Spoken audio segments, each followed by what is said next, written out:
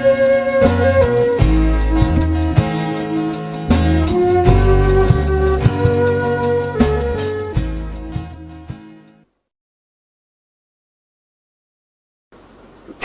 घंटे में जब भी आपको मौका मिल जाए, कोई भी क्रिया में साक्षी को संभालें।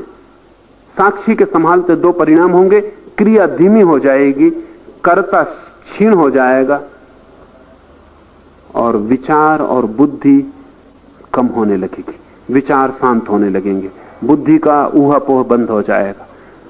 कोई छोटा सा प्रयोग, कुछ नहीं कर रहे हैं, सांस को ही देखें। सांस भीतर गई बाहर गई, सांस भीतर गई बाहर गई, आप उसको ही देखें।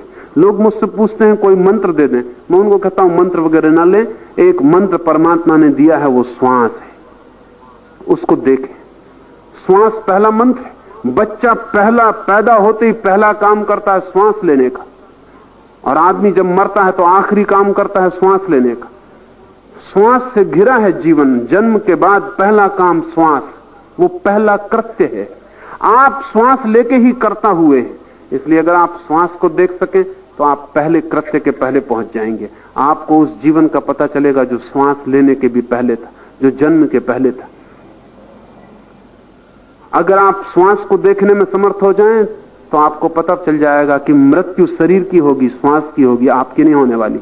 आप श्वास से अलग हैं। बुद्ध ने बहुत जोर दिया आनापान सती योग, श्वास के आने जाने को देखने का योग। वो अपने भिक्षुओं को कहते थे तुम कुछ भी मत करो, बस एक ही मंत्र, श्वास भीतर गई इसको देखो, श्वास बाहर गई इसको देखो, और जोर से मत लेना, कुछ करना मत, श्वास को सिर्फ देखना, करने का काम ही मत करना, सिर्फ देखना। आंख बंद कर ली, श्वास ने नाक को स्पर्श किया, भीतर गई भीतर गई, भीतर पेट तक जाके उसने स्पर्श किया, पेट ऊपर उठ गया, फिर श्वास वापस लौटने लगी, पेट नीचे गिर गया, श्वास वापस आई, श्वास बाहर निकल गई, फिर नई श्वास शुरू हो गई। ये वर्तुल, इसे देखते रहना।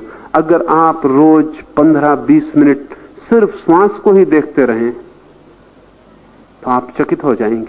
बुद्धि हटने लगी, साक्षी जगने लगा, आंख खुलने लगी भीतर की, हृदय के द्वार जो बंद थे जन्मों से खुलने लगे, सरकने लगे।